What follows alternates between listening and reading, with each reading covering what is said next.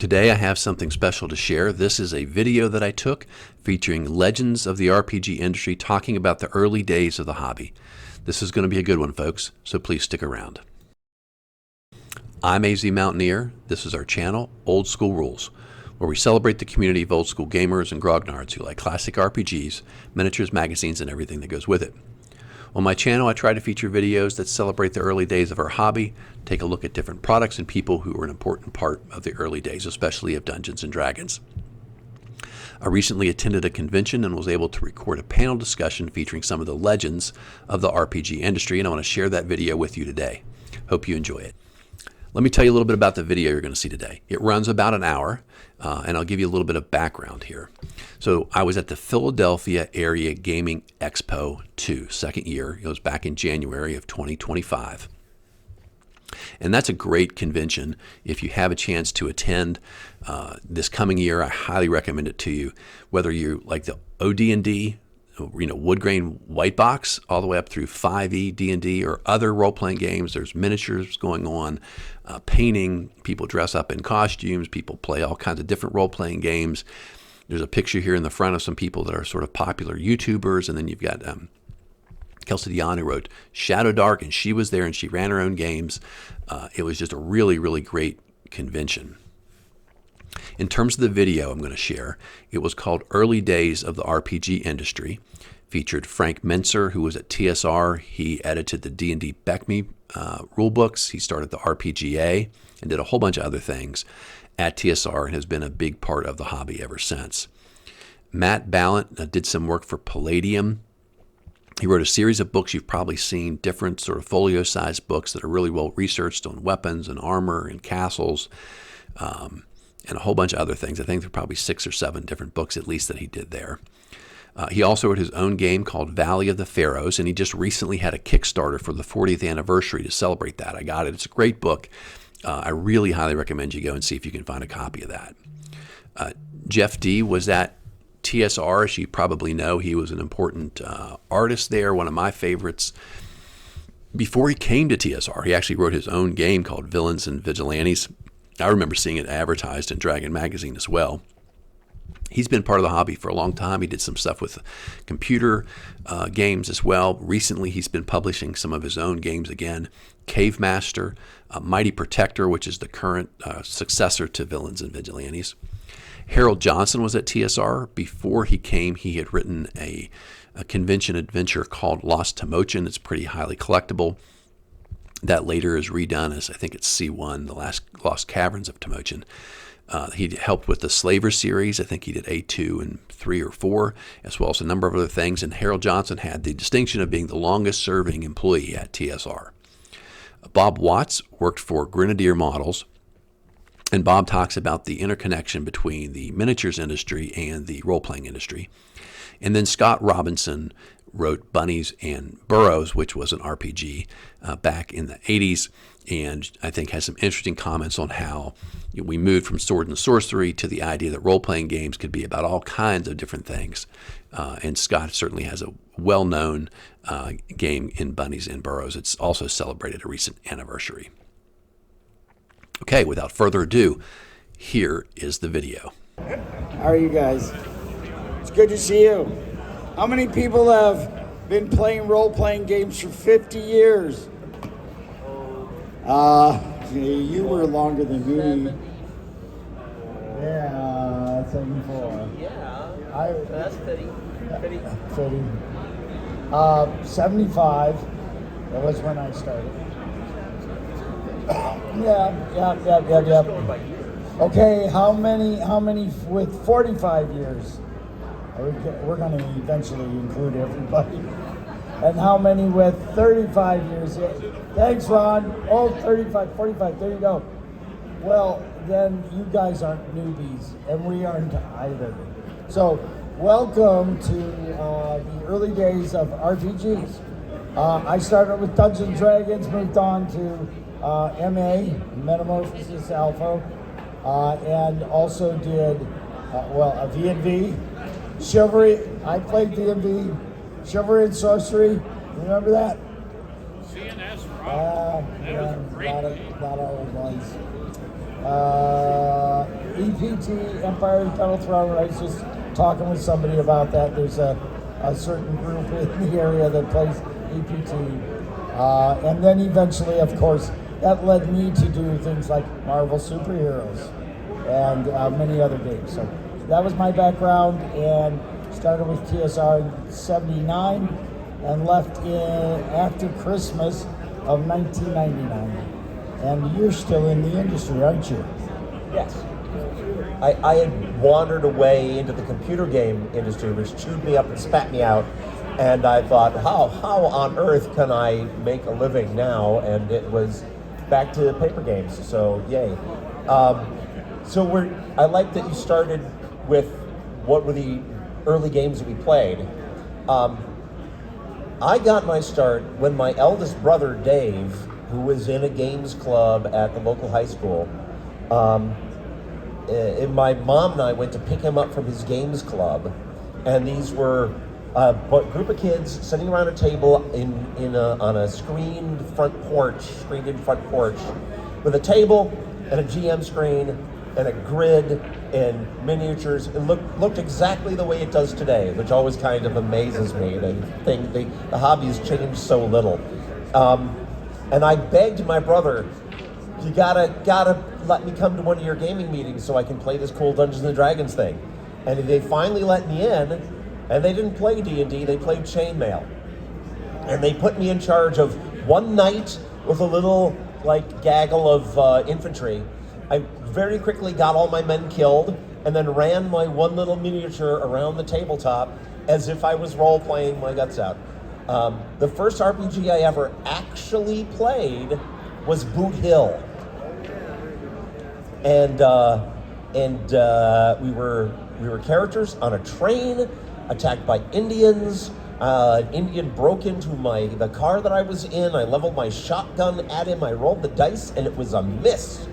And I thought, I can't imagine missing a guy with a shotgun at such close quarters, which is what made me interested in game design. But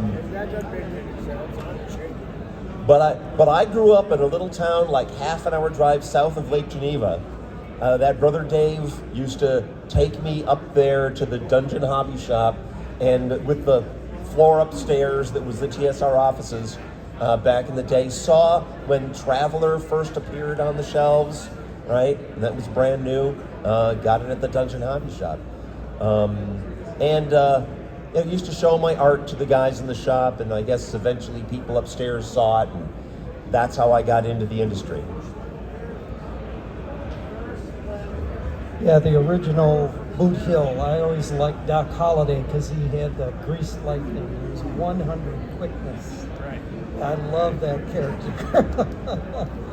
But another early game that I played a lot of, that really influenced me, was Bushido, which came out, I believe, in 80 or 81. And that was one of the first that I can recall grew-based type role-playing games. But I just loved that that setting. I grew up lived in Detroit, which at that time was still a major city, and they had Kurosawa film festivals, and we'd go and see the Seven Samurai and the Yojimbo and Sanjuro and all those great Kurosawa movies. So I really got into Japanese culture for a while, playing that game. As many of you probably know, I did a weapons book originally I printed it myself, and then my friend Kevin Sambita, who had started Palladium Books earlier that same year, 1981, he took it to Gen Con with him, and he had a small little role-playing game called the Mechanoid Invasion, which cost $3.75, and the story he likes to say is for every one of his books, he sold 4 of mine, and mine was more expensive, so I was $4 for mine. And so he came back from Gen Con and he said, man, I got to talk to you. Let's work out some kind of a deal. And so he came out with this weapons and armor It's a green booklet. I have some copies on my table from back in those days, newsprint, and gosh, that original book we must have sold a couple 100,000 over the years. It's still in print. It's got a new cover, but still in print. There was a bunch of other ones after that. So that was kind of my introduction to the role-playing publishing business. And I worked a lot for Kevin. I did some other writing on some other projects. I did a little bit in Turtles, TMNT, role-playing game. I typeset his original Palladium fantasy book, which was an absolute nightmare. Working on a I was working on a acoustic modem setup which talked to the Wayne State mainframe, and I had a friend of mine who worked in the computer department, and they produced these long film strips of the typeset text, and so that's where the term paste up comes from. Yeah. You literally paste these Yep. onto the page. Yep, and I did that kind of work for several books, many early Palladium books. I did that kind of work. So I look at today, and it's a lot easier in many respects, and it's a lot harder in other respects doing that kind of stuff. But that's how I got going in the genre, if you will. Just one story about the early days of D&D. I bought a white box set. I was a war gamer like many people who started in role playing, and I was getting into World War II tank miniatures, and TSR put out a set of rules called Tractics, and I had ordered that from them. And just like every other company in those days, you got sent a catalog when you bought something from them. I was going through their catalog, and it's like, oh, medieval role playing, what's that? But I thought medieval sounded kind of cool, and I bought what's now known as the white box set and read it probably half a dozen times and couldn't quite figure out what it was you were supposed to do. But eventually there was a publication called the Strategic Review, which TSR put out before the Dragon. And they had a little article in there about a random dungeon thing where you rolled the dice and, okay, you see a room that's this dimensions and there's these kind of monsters, some skeletons or stuff like that. So I played that a lot with my brother. We just kind of did a random thing until we kind of figured out how you actually played the game. And then I started a group. I got some kids hooked, kids who I used to babysit for across the street. And we got hooked, and we played. We were all in grade school back then. My brother was a couple years older than me, but we played in the summertime 6 days a week for probably 5 hours, 6 hours a day. We'd start at 6 o'clock in the evening after dinner and go until like 11. And my parents never minded because they knew where their two sons were. And they knew the kids that I was playing with, and they never had any problems. Yep, it was all good. And I mean, one of the very underappreciated aspects of role-playing games, at least for me, and I believe for most people, is role-playing was a great educational tool. Because, you know, you grow up, you read Prince Valiant comics, you know, you have kind of a weird idea of what the Middle Ages was. And here was a game based on that. And as a game master, it kind of encouraged me to do more reading and more investigating different cultures, different time periods, increase my vocabulary immensely. And I really think that's an unsung aspect of role-playing, is the educational aspect and the effect that it's had on even kids today. I mean, my kids are both grown now, but when they were in high school and started playing D&D, you know, it's the same kind of thing. I saw a lot of the same effects on them as I did. Anyway, pass it on. We're fighting the noise in here. Can you guys all come up closer, please? And I got a gift for all you, a little gift for this. Coming up closer, okay? Well, good evening. I'm Frank. A long time ago, when I grew up in Springfield, Delaware County,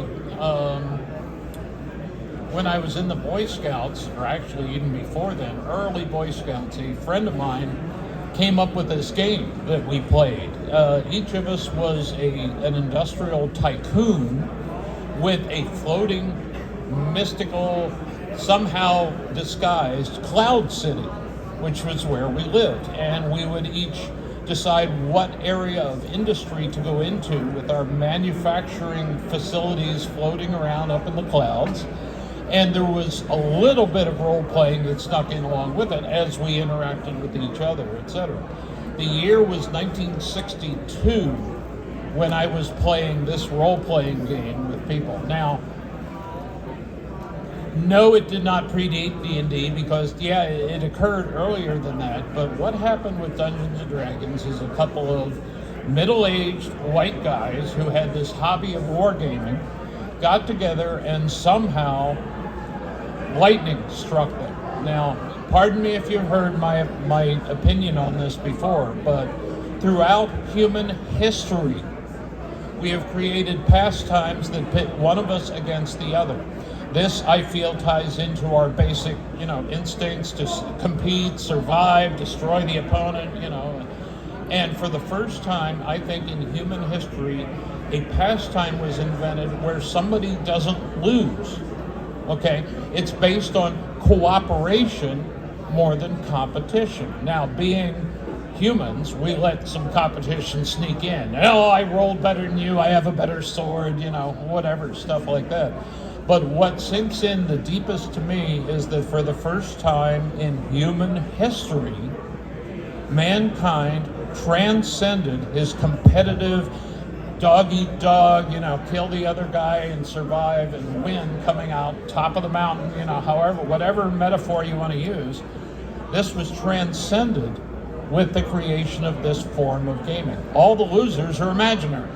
Everybody who plays wins. And yeah, okay, you can have a character killed, but that doesn't put you out of the game. You start a new character, you're right back into the mix. And yeah, it's just a game, and I may be overstating it somewhat, but this has been the one thing that really sunk into me, that this is man transcending his worst nature and reaching for the skies through role-playing, cooperation, and all this. Before I hand this stuff, you probably don't know, but I'm a war gamer. That's where I came from. Not only wargaming, I'm a miniature gamer. For a while, I was president of the Historical Miniature Gaming Society Midwest Division, and then I was national president for a year. But role-playing started with miniatures, guys.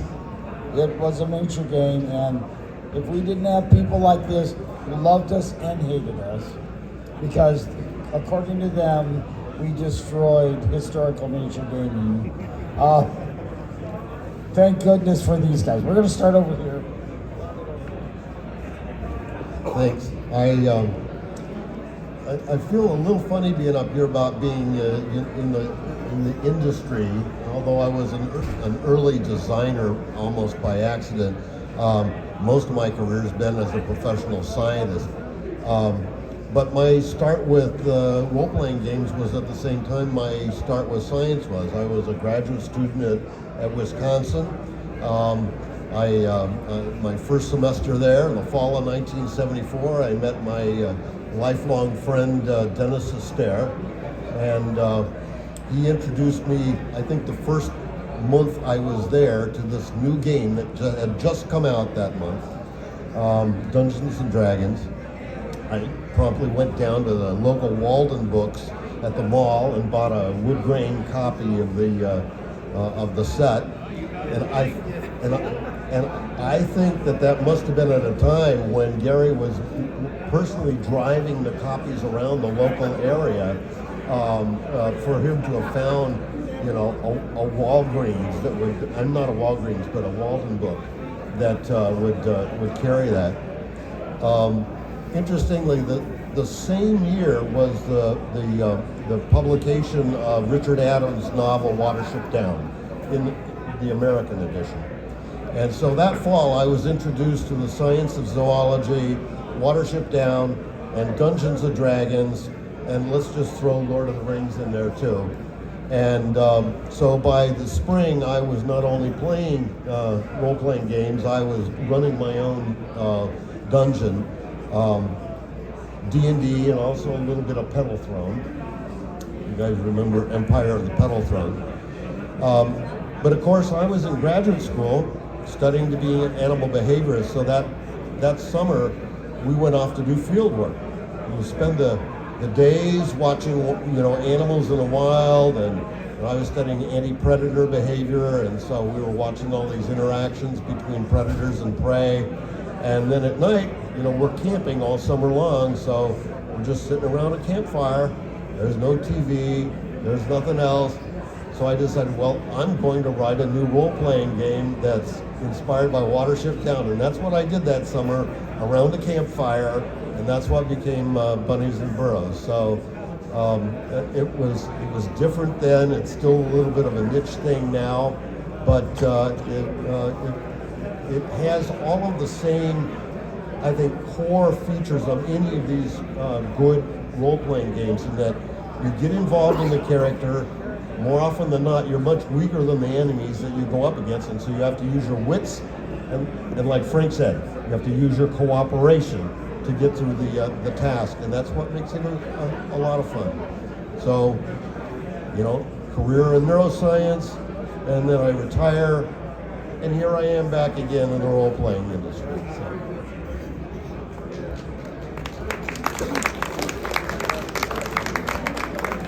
All right. My path is a little different than these guys, because I've played Dungeons and Dragons twice in my life. Once with my brother back in, I think, 1974, and he used paper clips and pennies as the miniatures. Now, we were a miniatures family. My father was part of the Miniature Figure Collectors of America. He was the treasurer. So we had miniatures all over the place. So it didn't excite me that much.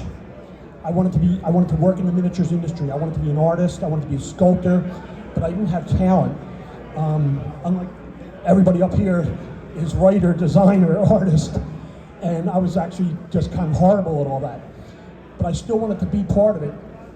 And so I got a job at Grenadier Models when they first opened up in 1975, maybe the end of 74, 75. I was 16, as soon as I turned 16. And so I knew my path to stay in this industry would be to manage the process, manage factories, manage the creative talents, sales, just basically anything that I could do to be part of this creative process. And so, yeah, unlike the rest of these guys, I have no creative talent, sorry. But over the years, I've stuck with it, obviously. And all the way to the second time I played D&D was with Gary Gygax. So that was kind of cool. But I was still pretty young and really intimidated by him. To be honest, I was scared. And because I was in the business and I was making Dungeons and Dragons miniatures. We were making the official range. And so the owners of my company told me, like, don't screw this up, And so that's how I got here. And Ron just asked me to come tonight because of the dawn of role-playing. He just wanted me to talk about how miniatures became part of it. I mean, it came from wargaming, so of course it was a miniatures-based game. So I just brought a few props, because I'm a visual guy. I like miniatures and I like artwork, So I got it, I think. So I'm just gonna grab the first one if I can find it. Okay, and anybody can take a look at this stuff afterwards. I'll leave it up here and you can take a look at it. This was the oldest thing I could find, was our 1978 catalog from Grenadier Models. And it's high production values, as you can see. And the miniatures were about $2 for a whole pack of 3 or 4. And one thing we also did, before we even had the Dungeons & Dragons license, we sold Dungeons & Dragons products, and you'll see it in our catalog if you come up and look at it later. And yes, it was the white box, it was $10. And we had a whole stack of them, and I wish I had them now. Anyway, we ended up getting the Dungeons & Dragons license. And to say it, we went from literally a basement operation in Springfield, Pennsylvania. I had no idea Frank lived in Springfield. That's where our factory was. And we went from basement operation to a pretty big multi-million-dollar company making almost 7 million miniatures a year, which at the time was a lot of miniatures. And we got the license with D&D, and it went well, obviously. And we have, oops, that's the wrong guy. You'll see boxes like this, and that was the box we had. Flip it upside down, yeah. Right. And funny enough, I thought I was bringing out some artifacts I dug out of my basement, and you can see a lot of this stuff right for sale in the vendor room. A little more pricier than they were, $6.95 back in the day for 10 miniatures. It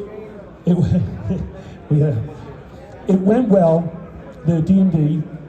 But the earliest company that was with miniatures as far as role-playing game went was a company called Heritage in Texas.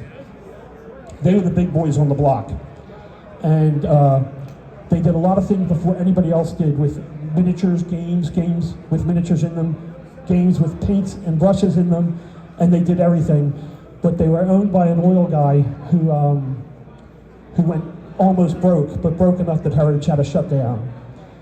Anyway, TSR, because we were doing so well, and they were doing even better by a lot, wanted to merge with us. And the owners of my company didn't want to merge, but played along with it, okay? Because we forfeited almost everything else we did, all our historical miniatures, and only did D&D. And they didn't want to lose their freedom, so they went along with it, but then at the last minute pulled out. And, I think it would have been a good merger, but it didn't happen. And so then we went on and started getting a bunch of licenses like Star Wars, started doing our own generic miniatures, Dragon of the Month, and King Arthur. So we did everything under the sun. We got licenses from everybody possible. We had Traveler, Call of Cthulhu, Twilight 2000, Chill, Champions. I can't even think of it all, to be honest with you. We've had so many licenses. And we did it just to make up the missing sales that we lost from D&D. But we still filled the role-playing industry. TSR went on to do not only their own Dungeons & Dragons miniatures and Advanced Dungeons & Dragons, excuse me, and Star Frontiers. But they too started licensing Indiana Jones, things like that. Grenadier, although a miniatures company, we try to spread out into doing modules and paper products.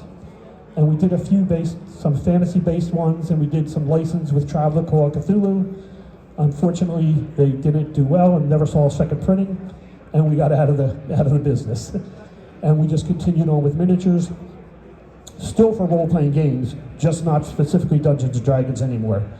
So in the dawn of RPGs, that's where miniatures came in a big way, because they went from being sold mostly mail order in little plastic bags with us stapling the header on. They went into full color packaging, and we sold these to Toys R Us, KB, the book chains, and yes, we sold lead miniatures in toy stores. So, and yeah. Anyway, that's where miniatures fell in the early part of role-playing games. Was Heritage the company that made the pig-faced orcs? Was that you guys? That wasn't you? Did you come before or after the pig-faced orcs? Because I have a story. So it was Heritage did the pig-faced. All right, so I have a little story. I was working at TSR in the art department, and one day word comes down that the executives needed the orcs redesigned because there was a miniatures company that was making the official Dungeons and Dragons miniatures, and TSR needed to change the way that certain monsters looked because they couldn't stop that miniatures company, or thought they couldn't, from continuing to produce those things. So they needed those orcs to be wrong now. Sounds like So it fell to me to draw a new angle on not just orcs, but orcs and ogres and trolls and all the green skin guys, right? And I did the ape-like orcs, which didn't last long. But my one meeting with Gary, where like my job in the art department actually took me into his office interacting with him, was when I went over to the warehouse building with my my great big drawings on transparency paper and hung them up and let Gary look at them and decide if they were okay. So that was that. I don't know if you guys then made ape-faced orcs. You think so? Yeah. Okay. Cool. So you and I have worked together. There have been lots of miniature companies that I think they started out in historical miniatures, but there were some that came around. Ratham out of Canada in 1976. I know because they debuted at Gen Con in Lake Geneva, and I got to see them. They were really big scale. They were huge, like 38 millimeter. McEwen miniatures were very thin miniatures out of Colorado. Raul Partha, who eventually wound up with a TSR license. And then there was Minifig. Minifig early on was the leader, right? And they had the license, and but before that, before they had a license with Tolkien, they were doing Tolkien figures and leading the way. Yeah, they were doing stuff that they didn't have a license for. I remember also, it wasn't them. Was it you? You did Warriors of Barsoom. Well, Martians. John Carter Mars, that was them. Yes, I thought so. I love those figures, by the way. Very nice. So yes, a lot of, now just to be fair, TSR had no license to do Tolkien, and we had no license to do any Edgar Rice Burroughs stuff. And yet Gary put them in the game. So we later got yelled at for it, and they were removed from the game. Except we still have Balrogs. How that, I don't know. They're now called Baylor, but they're Balrogs. So there's been I do believe that without miniatures, we wouldn't have had role playing.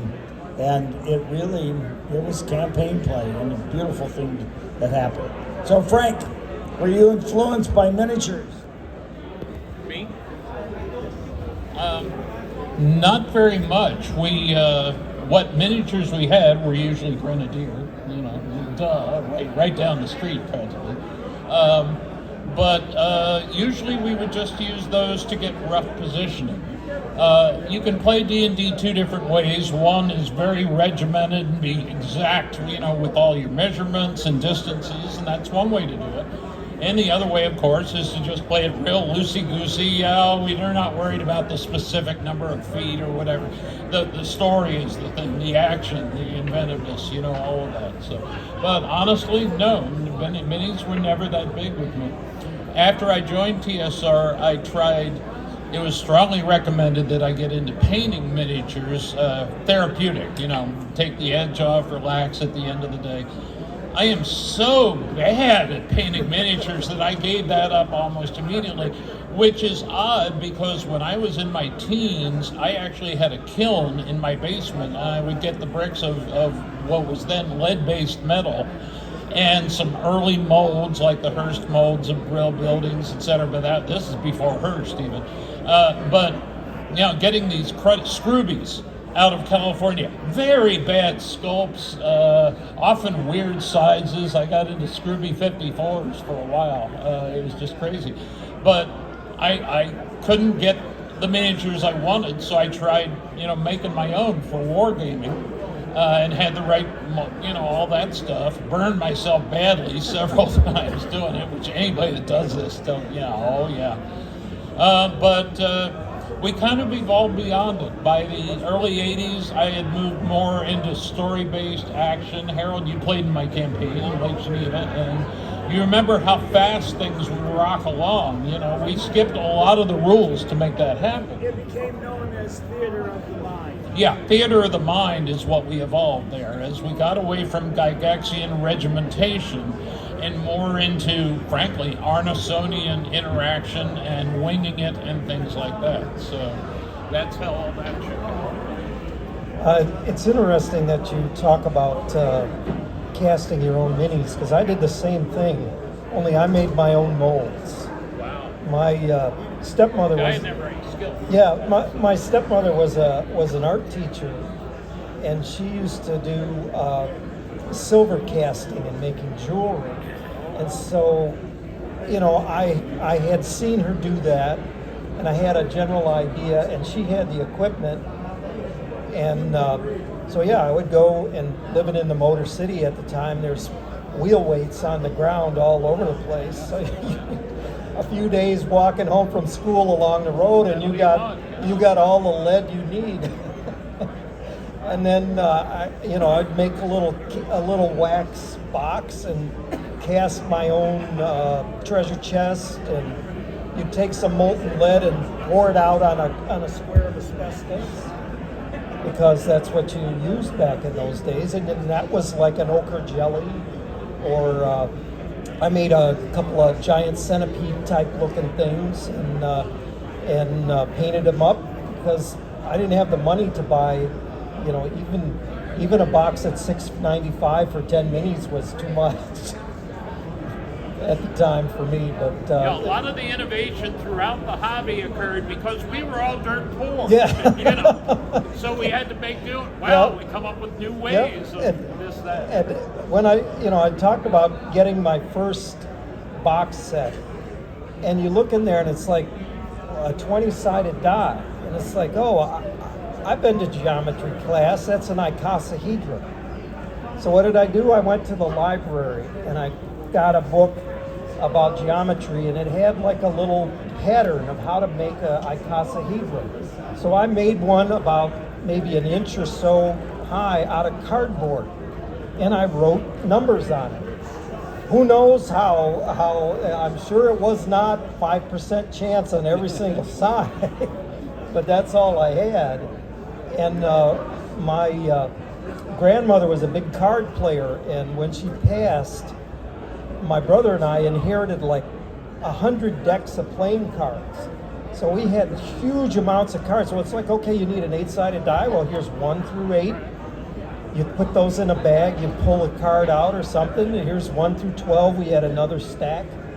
And we did that for quite a while until we ended up buying the TSR dice, which I'm embarrassed to say I sold last year for over $500 for one set of those. I couldn't believe how much. The yellow ones. Yeah, they were pink 6-sided. There was a yellow 4-sided. Yeah, and the blue 12-sided, green 8-side, and the 20 sides were kind of a weird whitish color. And I took a magic marker and I marked half of, because they were all 0 through 9 twice on there, and I just took magic marker, black magic marker, and that's how I differentiated back then. But I could not believe that those things were collectible. Just amazing. At this point, all of us have had a chance to ramble at you for a little bit, so let me jump in and say, did you have any specific questions or topics that you wanted to address in our old guy ramblings here? Yeah. Would you like this? Yeah. We don't have one. About time to pay attention to what you want instead of just sitting here telling old guy stories. So, kind of on the same topic of like making your own miniatures. When I was getting in the hobby in like high school in like the mid or early 2010s, I did tokens. So I took like a manila folder and would like print stuff out. It sounds though like minis were like the more popular thing in the early hobby. Well, based on like there, your I stories. believe it was Steve Jackson came out with these printed cardboard, and he folded them in half like a little cardboard hero. Yeah, that's it. Yeah. And I made some of those too because again, I need half a dozen skeletons. Well, I'm not going to go and buy half a dozen of them. I can draw a little guy, a little skeleton, even as poor an artist that I am. And I still have those things. Maybe I should bring them someday. See how collectible they are. Now, if I'm running a large battle of D&D, I'll use different color six-siders. You know, I hit red 3s, the bugbear that, you know, when I've got like 24, 36 opponents. That's much more cost-effective because we all got dice out the wazoo nowadays. You're talking about making your own dice and things. Back in the early days, it was damn hard to find any dice at all for this game because Gary had found these dice from math class illustrating the Platonic solids and all that. So some of us, yes, literally had to make our own dice. You could not find these things. It was, So my superhero role-playing game, Villains and Vigilantes, the first edition of it came out just before I started at TSR as an artist, and I left there just in time to miss the TSR getting the Marvel license, but I wound up working at Fantasy Games Unlimited as their entire art department out on Long Island because they published Villains and Vigilantes, and we came out with a second edition and started supporting it with modules. And in those days, superhero miniatures could not be found at all. You could make do with some things, right? I mean, but you can play with dice for your minis if you have to. So there was a lot of that swapping going on. But we wanted to support it, so we actually put a center fold in our modules with a cardstock color printed sheet of 1-inch square counters. And that works really well for superheroes because superheroes are about comic book art, and so every counter was like a little portrait of the face of the character. That worked pretty well for that, but it never really caught on, and certainly never competed with cardboard heroes. I'm going to jump back into a little bit of history. I do remember that when I was a miniaturist, and to be a miniature gamer, you had to buy 300 figures. You had to mount them, you had to paint them all the same. And when D&D came out and fantasy games came out, you could buy 6 figures, and you could paint just those 6 figures, and it was a lot cheaper, so it was a lot easier to do. Now, as we went on, there was a lot of early days theater of the mind. We didn't have a game board, so we weren't, unless you were into miniature terrain, which I was, you did not do that. You would play sitting around the room with a bowl of chips and some soda, there you go, soda, and you would just tell the story together. And you might have some pieces of paper, scraps of paper to represent combat when that happened, but otherwise, no. However, since then, this was what started it back on the right track. I wanted to do Indiana Jones. I have no idea why, but Indiana Jones, one of the premiere shows, was in downtown Lake Geneva. So I always wanted the license, and I didn't think we'd get it. And they said, "You really want it? Yeah, we'll get you a meeting with Lucasfilm, and we'll talk about it." And so I was going there, and I said, "They're not going to understand this theater of the mind. They're not going to get it. I've got to do something to make it back into a board game." So I did a quick prototype where I made a board in our camera room and put a grid on it. And then Dave Sutherland and I came up with 3D fold-ups, which TSR produced for a while. and they were triangular pillars, left side, right side, and a back side. Back side. And the first ones were photographs of the actual figures, the 3 3/4 inch collectible figures. And so we went there playing with those. Now, I can't tell you exactly when they started doing Lord of the Rings miniatures, and they started doing, what was the other one that was really big? Star Wars figures, and they went through the roof, these sales. This started bringing us back to our roots, which was miniatures. And then for a time, 4th edition was very much miniature oriented. But talk about tokens. If you play online, say you're doing, Roll D20, it's all tokens. So tokens I have tokens for sale online through my company, Epic Quest Games. But we are now back into, it's easy to do boards. Now we want to have good miniatures again. And we're seeing the value of that play. So, yay. Back to you. What about? Well, I think nowadays most people do use miniatures because they're much more affordable. I mean, not more affordable than $7 for 10, but a lot of people are printing them out themselves or getting, plastics that are produced in 10,000, shots at a time. But yeah, like I said, my first Dungeons and Dragons was with pennies and paper clips, so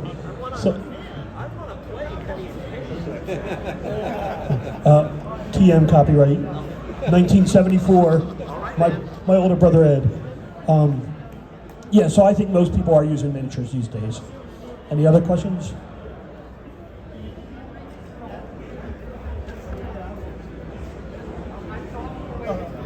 Less a question, but more just to say what you guys are saying. It's like the evolution you were talking about completely. A lot of us who started out with D&D love D&D. Will always love that intricacies and all those moving parts. But as you move forward, like what you guys did with Body Protectors, where you brought it forward, it's still the same thing, but it has this more narrative slant to even the mechanics, what the mechanics speak to. And it gives you that ability to have the theater in mind, or combine it together and have the theater in mind along with props to enhance that picture in your mind. So, thank you guys. I want to discuss that. I mean, to me, it's all theater of the mind, and minis are just a way of communicating the information of where people are standing, right? Which is why it's also okay to use things standing in for like the wrong. This character doesn't look anything like mine, but we have to have somebody showing where I'm at. There's all kinds of different ways of communicating that information within the group. Minis are one way, right? But it's still the same hobby. Yeah, I'd also like to reinforce that this distinction between miniature play and the theater of the mind was there right from the beginning. So even though when Dungeons and Dragons first came out, you'll not find role play anywhere in the rule books. The group that I was playing in Madison, who was just up the road from Lake Geneva, miniatures played almost no role at all. So we were doing theater of the mind from the very beginning. And I remember the first game that I played, and we broke into a room and it was full of white apes, and I could see these things. Unfortunately, it was the last thing I saw. But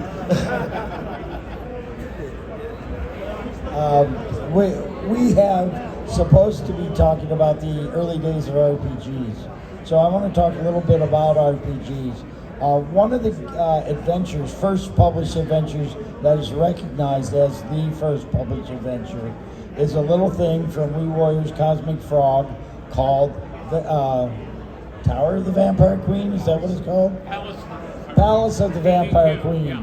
It was published in a folder, a black folder with red print on it, and it was early role-playing But if you look at those adventures, they were a map and a list of monsters and maybe a list of treasures if you beat the monster. Every monster in every room attacked to kill you and fought till they died. Combat. Yeah, it was very combat oriented because it came from a combat route. When I started doing C1, I wanted to say that's not the way I play, and you'll enjoy it better if you start making it more than a 10 by 10 foot room. There's zombies in the room, they attack you. Early computer games did it that way too. So I said, well, let me give them tactics. Let me make them not stupid, but having some strategy. Let me give you something more to deal with. So we did. And then the next thing we did was we said, everybody's concerned with, it's like inflation, I guess. You fight a monster, you grow in level, and that monster is no longer a threat, right? And we did the A series, and the challenge I wanted us to present, and we did, which was in that series, as you go up in level, the monsters come down in level. At the start, you're fighting half orcs and orcs, and in the middle, you're fighting hobgoblins and goblins. And by the final one, that you guys are about 7th, 8th level, you are fighting kobolds, and they are kicking your ass because we said it's about strategy. But we weren't done. It continued to evolve. Frank was a big part of this, and that was story. We've always said that we wanted, that this was a story game. It's a cooperative storytelling. And we started adding what's called events. Events encounters take place in a room, right? Events can move around. They're more time oriented. So that was our next evolution. So I'm going to go back to the guys, especially this one with Bunnies and Burrows, because he also changed the nature. It wasn't just fantasy, it was you can do other types of role play. And it can be just as much fun. So go from the start of what you did and how you think it's changed over the years. Well, that's a tall order. I mean, there are so many different genres of tabletop role-playing games, but I think I'll take it in a different direction. So we've been talking about the roots that led up to us and those early years. But, there are generations that have followed us. My grandson is in college right now at DigiPen in Washington State, which is, it's a college that's dedicated for designing games. And he's learning how to be a video game designer. Now, we might look down our nose at video games in some ways because we're pure. We play on tabletop. But so much of the video game industry has so much that they call back to us, to innovations in the tabletop field, from how experience is accrued and the way that the stats for the characters exist.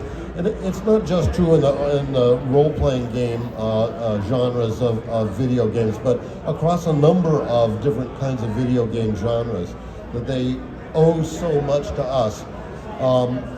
And also, what a freaking big industry that is. I mean, I did a talk a couple of years ago at a fantasy literature convention in Glasgow, and I was talking at that. It was the 50th anniversary of Watership Down, and I was telling them about how Bunnies and Burrows grew out of Watership Down, and they were all fascinated about that. But in doing the work and research for that, I learned how big video game industry is. It's bigger than the international motion picture industry. It's bigger than international sports. I mean, it's enormous. It's like $300 billion a year and growing. And we should get a cut of that, I think. But anyway, I think it's useful for us to think about not only where we came from, but where it's going to, and how much this pastime, this hobby that we've had, has really influenced the world and the way we perceive things. I really think it is. Well, one thing that's funny is my new company that I run now, my art director is a professor at DigiPen. So that's interesting. Yeah, but as far to get off subject, shit about video games, when I first went out to Wizards of the Coast as vice president before we did 3rd edition, 3E, when I got there, the motto was, we're going to make games bigger than the movies. And my very first day there, I said, games are already bigger than movies. Maybe not tabletop games, but all games are bigger than the movies. So that was kind of, funny that, they didn't even realize that they already hit their goal, so, yeah, that's all I have about that. You listen to people that are into video game design, and they are struggling with the same things that you were talking about in the 80s, about how they want to get away from you just going into a room and killing something to having a story and having events and things like that. They really want video games, many of them want video games to be the next medium for storytelling that's on par with motion pictures and writing books. I don't know what you feel about that, but I mean, they're dealing with the same issues as you're creating games. So I worked for a while at a company in Austin, Texas called Origin. They made the Ultima series. Some of you might be familiar with those. And a terrible thing happened there where a bunch of their computer game designers decided that they wanted to be filmmakers. And there were some good parts of that, like the idea of an animated cutscene kind of came out of that impulse, and that's fine. But what I noticed is that they did not understand that the more a thing is a movie, the less it's a game, right? The more it's a prepackaged thing that you watch, the less it's an immersive thing that you interact with and experience. So just wanted to make that comment. No, that's an excellent point. And I don't want to pass up questions here if you guys have more questions, but I do want to say a couple things. One of the things we are now a 50-year-old industry, more than 50. And there's changes. I've been gone since 2000 as a employee of this. I work for UPS, but I continue right on the side.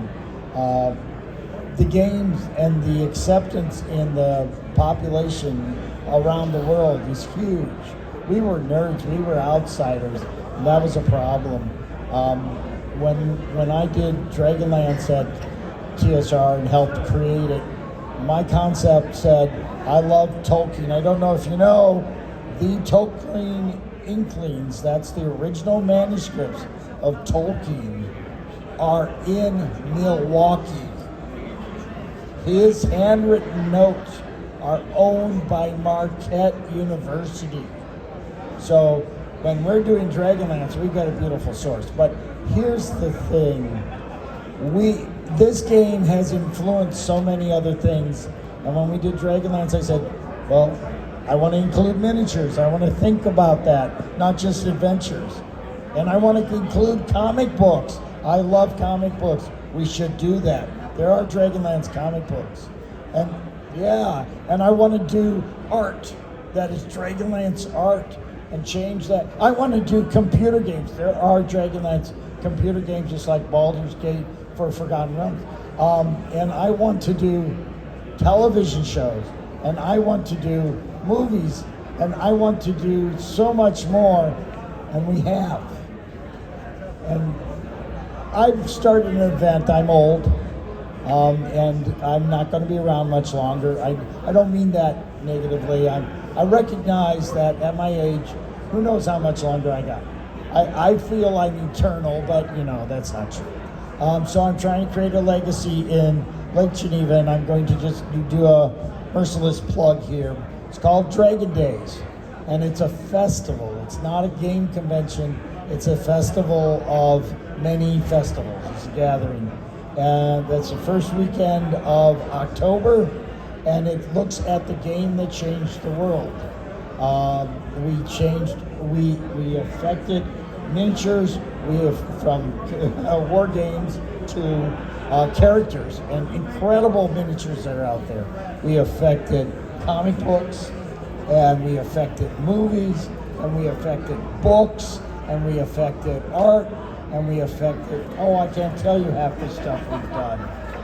And it's amazing what we can do still.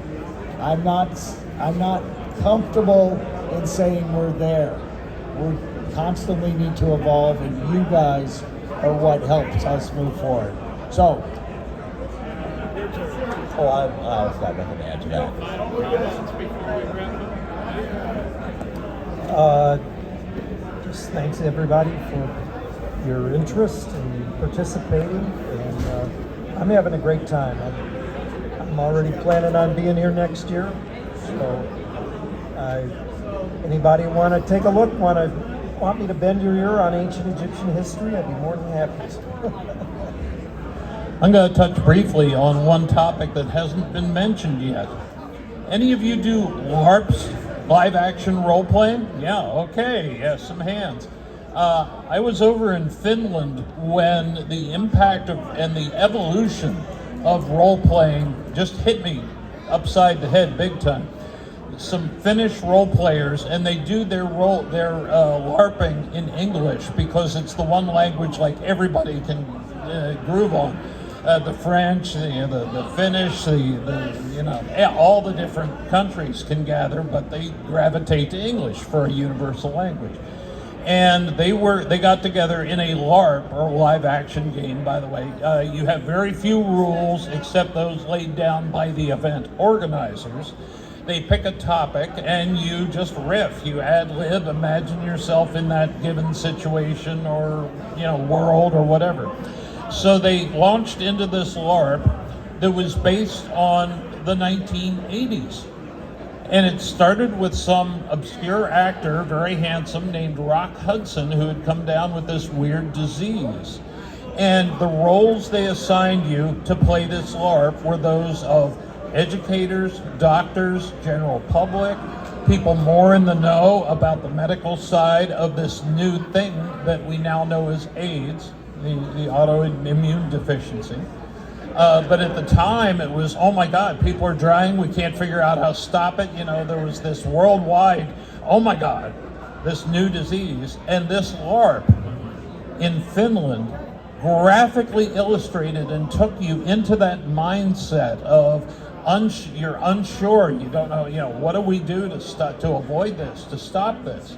And after the whole event was over and they had a satisfactory conclusion, well, semi-satisfactory, because AIDS doesn't have a good conclusion, but it hit me that, oh my God, this thing that a couple of middle-aged white guys from the Midwest came up with to go kill dragons has evolved into this valuable thinking tool, social tool, making us more aware of each other's viewpoints, worldviews, all of this. So, boy, have we come a long way with the history of role-playing. I hope you enjoyed that video. And if you stuck around, let me tell you a little bit about Page 3. It's going to be January 15th to 18th in 2026. There are 2 ways that you can get registered for that. You can go to Tabletop Events, or you can type in PhillyGamingExpo.com and it'll take you right to the Page 3 page of Tabletop Events where you can start get registered. There are just a few gold badges left. I suggest to you, if you can come for the weekend, get the gold badge. You can come early Thursday night and you get a chance to play in some small game sessions with some of these sort of legendary people, and just get to hang out early, have a cheesesteak dinner, and hang out with a lot of the special guests that are going to be there. It is outside of Philadelphia, and there's lots of ways to get in through the airport or drive if you're nearby, and I highly recommend it. People like Frank, Jeff, Scott, Bob, and Harold they're around all weekend, and so you have a great chance to get to know them, get to sit down and talk with them. They have signature sessions and photo op sessions and all the rest. So that's it for our Legends of the Industry special video. And behind me is the flyer for this year's convention. Chet Minton is the artist. Chet's a great artist. He's been there at both Page events so far, has his own booth. You can buy his art and get to know him a little bit better. And there's lots of opportunities like that. And I know Ron, who runs the convention, is really expanding the size, so we're going to have a lot more room for games and vendors both at Page 3. Hope you enjoyed today's video, and I hope you're subscribed to my channel. If you like this content and you're not subscribed, I hope you will subscribe. And if you have friends who might enjoy this kind of thing, please send them our way. They can be subscribers as well. Have a great rest of your day, and until next time, my friends, keep rolling 20s.